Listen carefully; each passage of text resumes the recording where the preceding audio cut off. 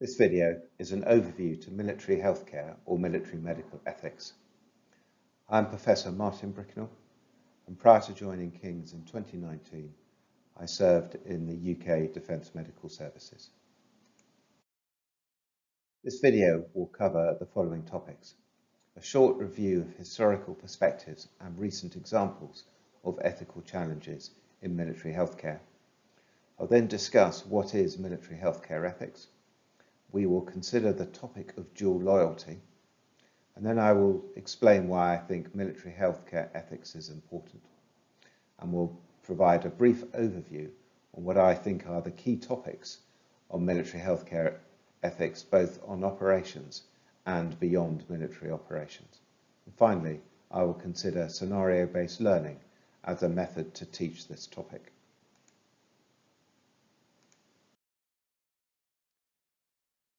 So, in January 1945, the Pope used the following text as part of his address to Allied physicians in Rome.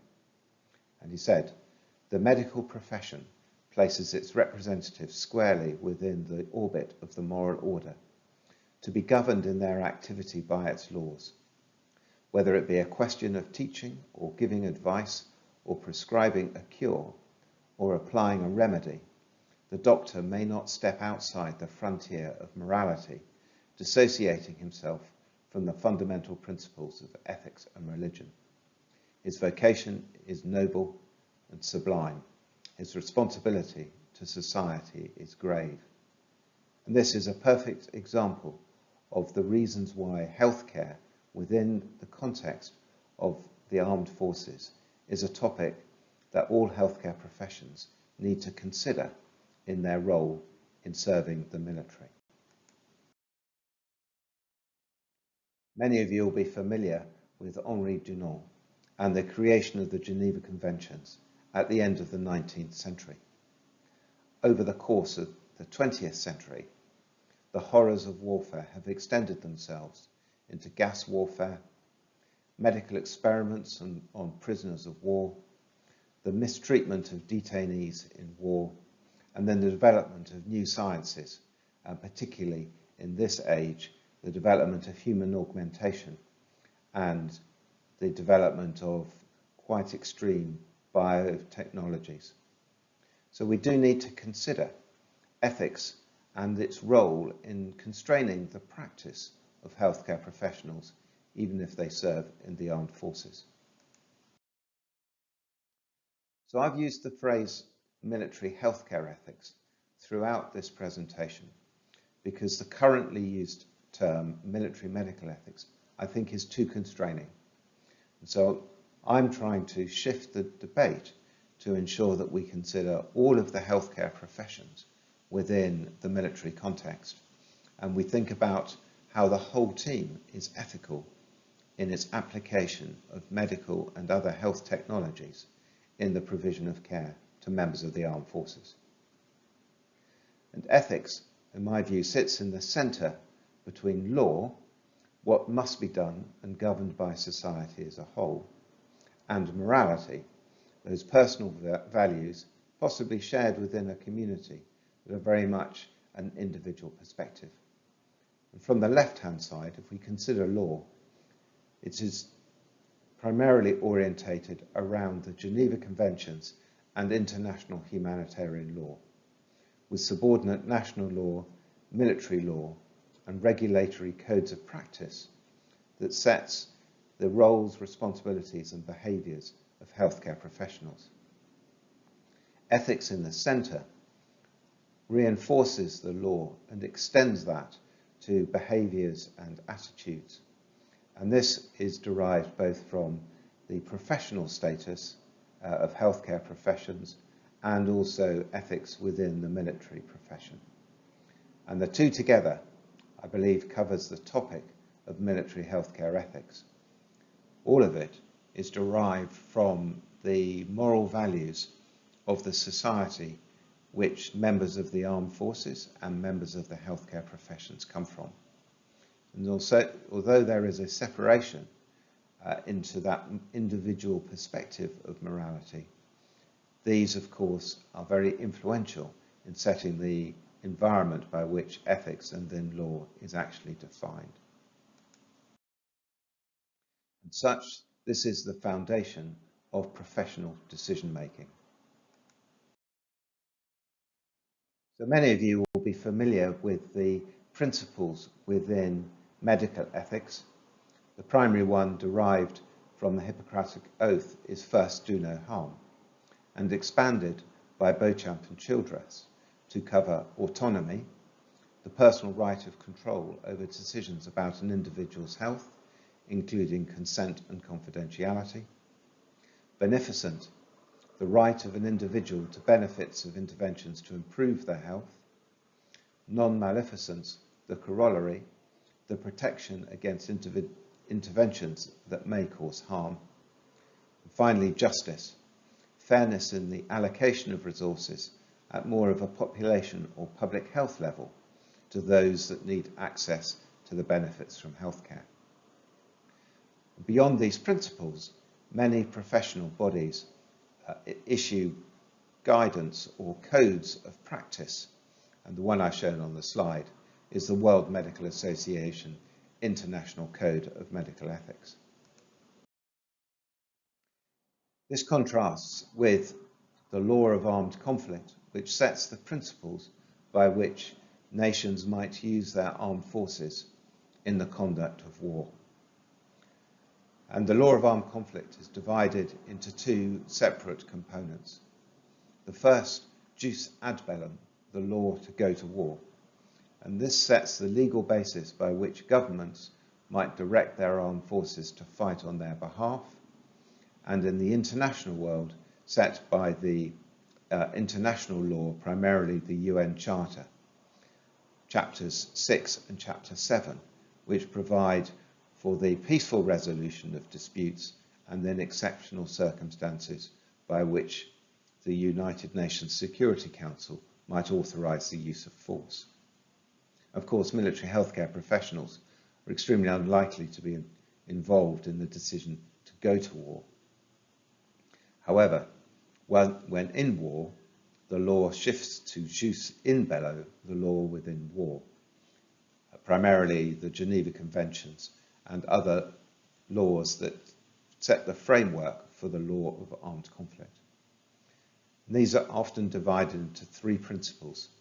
The principle of military necessity, based upon the use of violence to achieve military objectives, balanced against the consequences of violence on the human population, so-called humanity. And then the distinction between combatants and civilians and other non-combatants.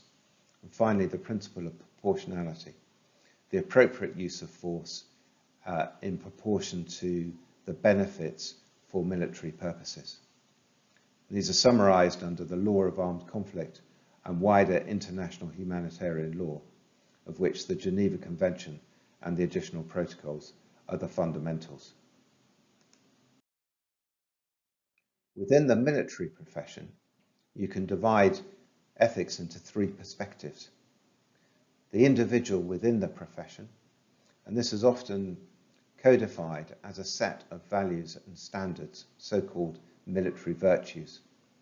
And I've shown on this slide examples from the British Army, the United States Army, and the British Royal Air Force, all of which provide a list of those virtues that would be represented by the members of each of these individual armed forces. And then you have the profession at work, the rules and principles that determine how members of the military profession conduct their business. And this is enshrined in military law, regulation, and procedures. And finally, you have the context of the military profession within wider society. This sets the relationship between the state and its servants in the armed forces, and defines the authority by which the armed forces go about their business and the responsibilities they have towards the society that they protect.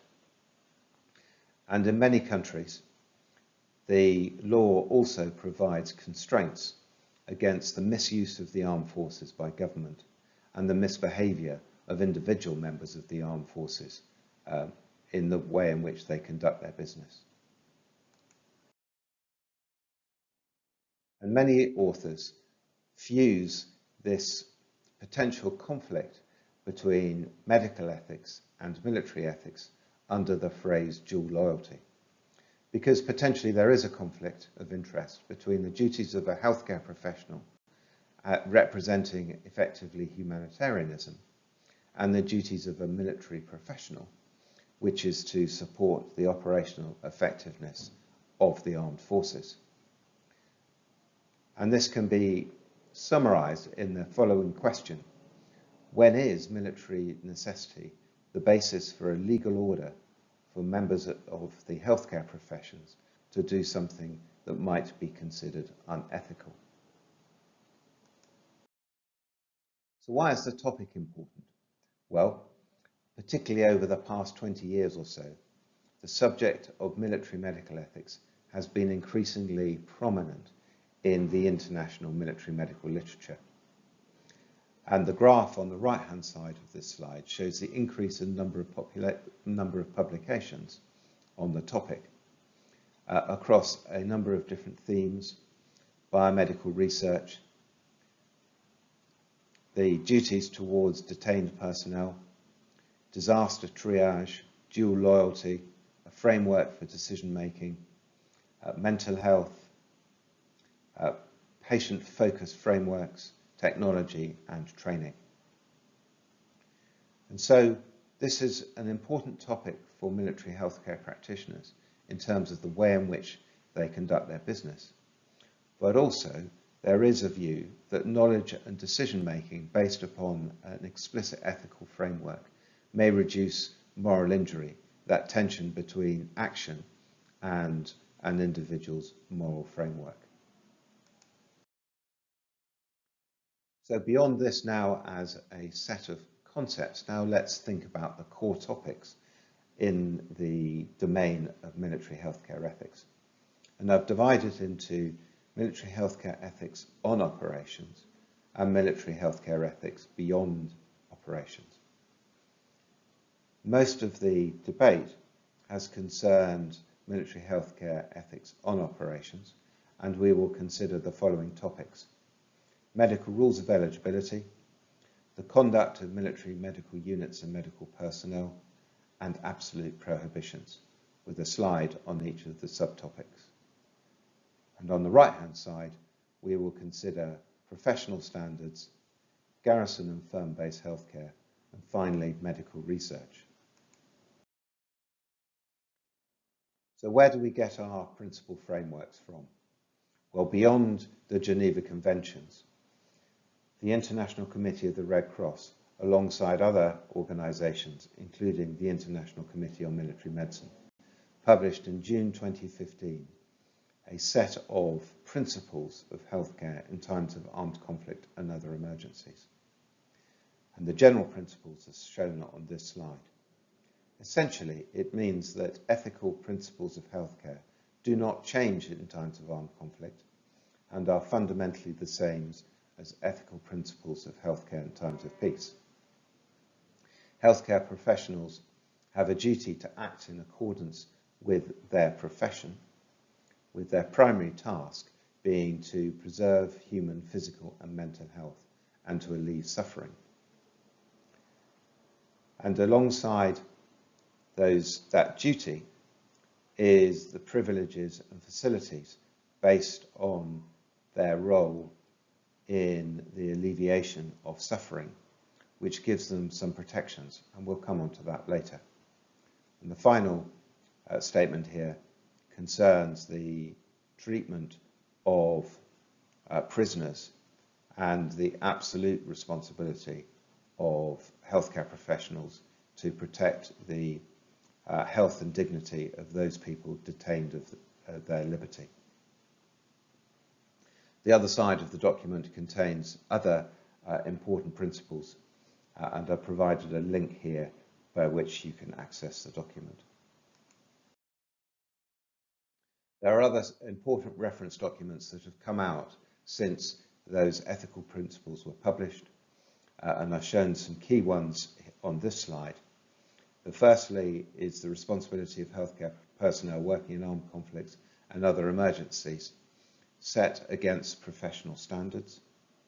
Then there's guidance for the armed forces in protecting healthcare, including duties of military medical personnel. And finally, the WHO has published a document that describes the roles of medical teams responding to health emergencies in armed conflicts and other insecure environments. From a doctrinal perspective, one way of looking at the importance of ethics is just to search for the key word ethic within internationally published documents. And if you look at the NATO Allied Joint Doctrine for Medical Support, you'll find that there are multiple occasions where ethics is cited, and I've listed on this slide the different topics around which ethics has been discussed. And we will consider many of these further on in this presentation. So firstly, the topic of triage and access to healthcare under the wider phrase medical rules of eligibility. I'm sure all of you will be familiar with the role of triage to sort casualties into priority order. And this reflects the responsibilities under the Geneva Conventions and the additional protocols, which is that the wounded and sick shall be collected, cared for, treated humanely, and only separated on the grounds of medical need. Of course, even within this context, there is the challenge of mass casualties, when the priority might shift from the individualized perspective of the most severely injured first to one that's more utilitarian, which attributes priority according to those who might benefit the most. You put that on top of entitlement or access to care, so-called medical rules of eligibility. We then need to consider the types of populations that might present themselves to a military medical unit and the way in which patients from each of those individual populations might flow through a medical system. In the center of this slide, I've shown an image that I used when I was responsible for medical care during NATO operations in Afghanistan, to explain that there were different groups of patients that might come into a military medical facility on the left-hand side, covering NATO/ISAF forces, Afghan security forces divided into the army and the police, Afghan civilians, and prisoners of war or detainees. These might be entitled to be collected by medevac helicopters and brought to a NATO field hospital, but then their flow through the system would also be dependent on the population that they came from. NATO forces would be entitled to strategic aeromedical evacuation back to their home country, but Afghans should be transferred to a suitable Afghan military or civilian medical facility at an appropriate moment in their care pathway.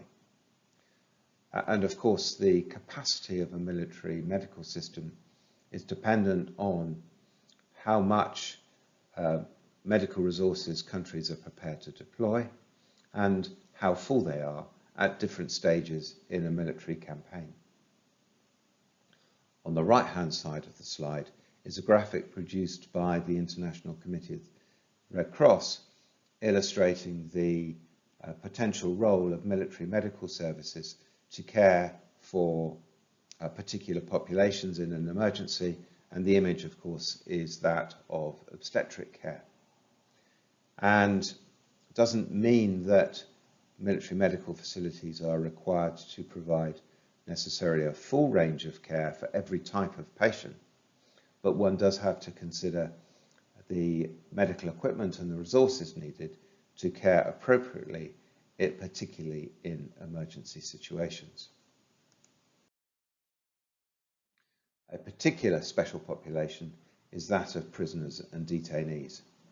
And if you look at the history of investigations into the conduct of military operations and the way in which detainees and prisoners of war have been treated, take the British example, you'll see that there were reports after military operations in Aden and reports after military operations in Northern Ireland that raised criticism of the behaviour of the British Armed Forces and some implied criticism about the way in which military medical services had been influenced to provide inadequate care for prisoners. It's very clear that there are legal duties and responsibilities for military medical personnel in the appropriate treatment of prisoners of war, and that doesn't change. So having touched on the individual professional duties in regard to the care of patients, let us now consider the conduct of medical units and personnel. And because of their particular role, they are entitled to use the Geneva emblems, of which you've got the Red Cross, the Red Crescent, or the Red Crystal, as an indication of their role, and therefore they are protected against attack.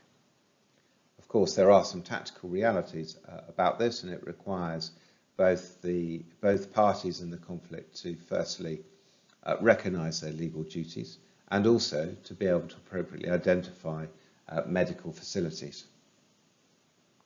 And particularly over the last decade, there has been concern that parties to armed conflict have been failing to protect medical facilities and indeed medical personnel, and possibly even contravening international law.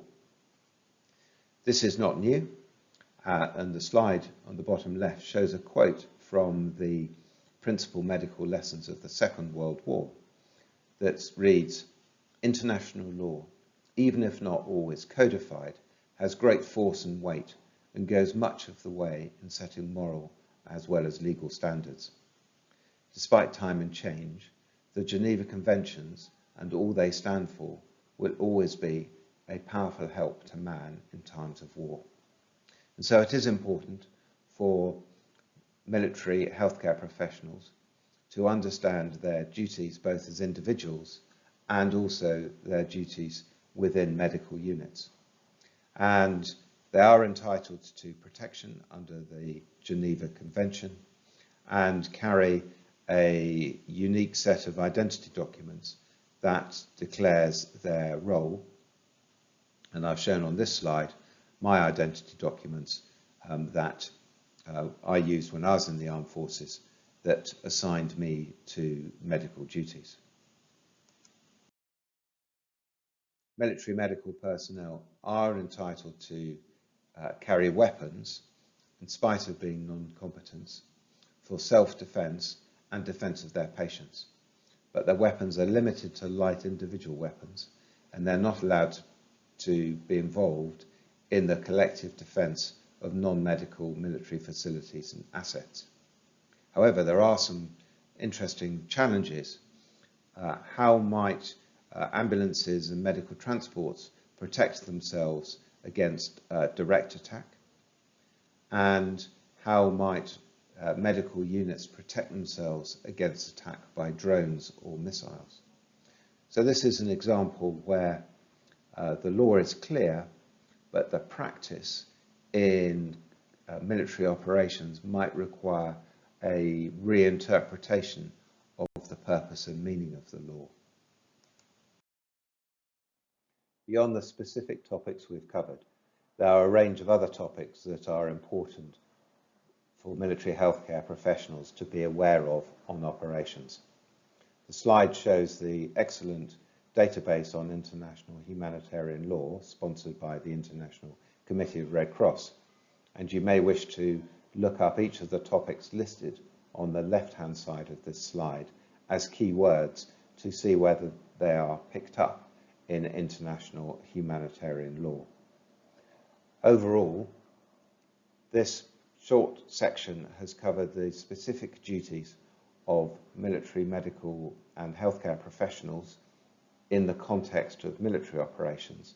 And now we are going to move on to military healthcare ethics beyond military operations.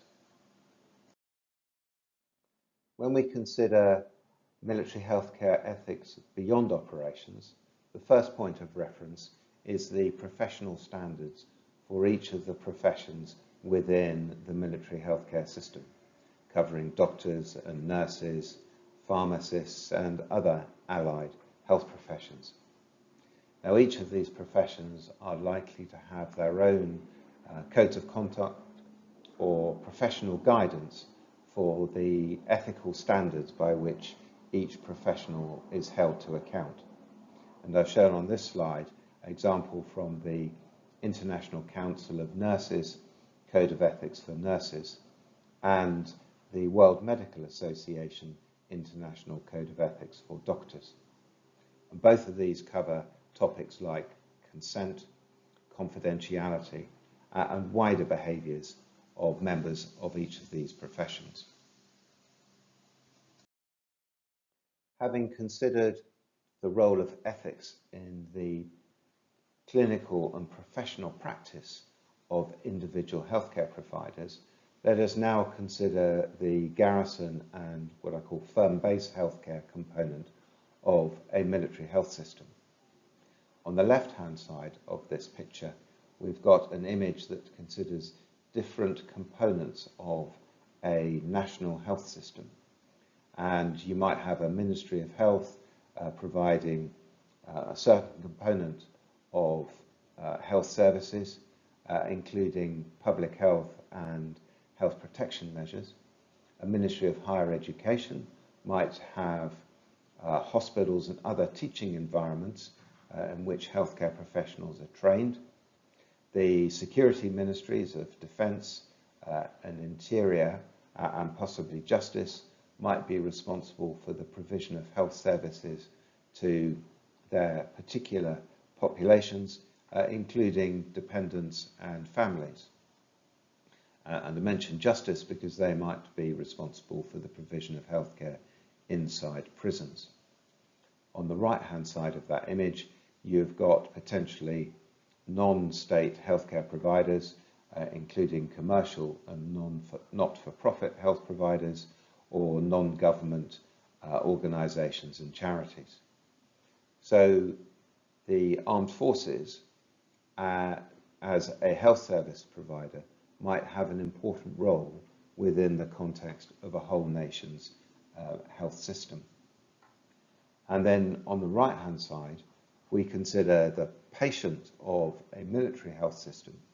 Of course, we've touched on ethical roles and responsibilities on operations, the so-called operational patient care pathway.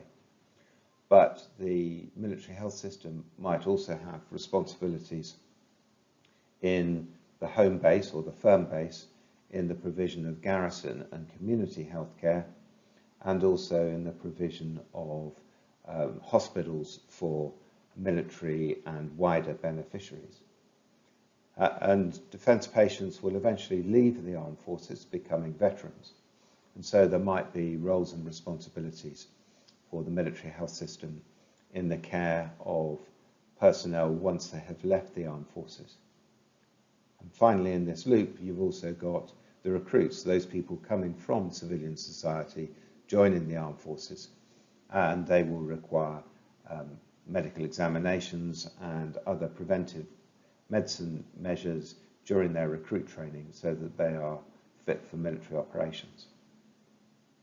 And this touches then on the ethical component of practice within a military health system from a macro level and a public health level through to the roles within an occupational health service and the contribution of a military health system in ensuring that military personnel are maximally fit for their role and employment. All of these have ethical components. Research in the military environment is an area that is particularly risky from the perspective of ethics. At the macro level, medical research might be an important part of development of military capability, and so there may be a military necessity perspective. We can consider it from a viewpoint of promoting health, supporting individuals to be healthy in the armed forces, how to influence choices around smoking or diet. This is extended into human performance, how to conduct military physical training or indeed military mental training to enable armed forces personnel to be maximally effective. We touched on the extension of that into the use of biomedical sciences to augment human performance, to enable humans in the armed forces to do more than their bodies were designed to do. If we start looking at threats to health, this might cover so-called force health protection, where we are using vaccinations or other forms of preventive medicine to protect against health threats, which extends itself into protection against chemical, biological, radiological or nuclear weapons, and the use of both protective measures or treatment measures to enable the armed forces to continue to conduct military operations in these environments. We might also be considering the effect of military weapons on humans, the biomechanics of ballistic injury, or the way in which the human body might be affected by chemical weapons. And you can extend it to think about the way in which military weapons might affect health systems. An example might be the potential of cyber warfare to damage health services through affecting information technology support to the provision of clinical care. And finally, one might consider the use of medical intelligence to detect the activities of opposing militaries to conduct their military campaigns. So all of these topics have ethical components that might influence the practice and behaviours of military health professionals in support of these activities.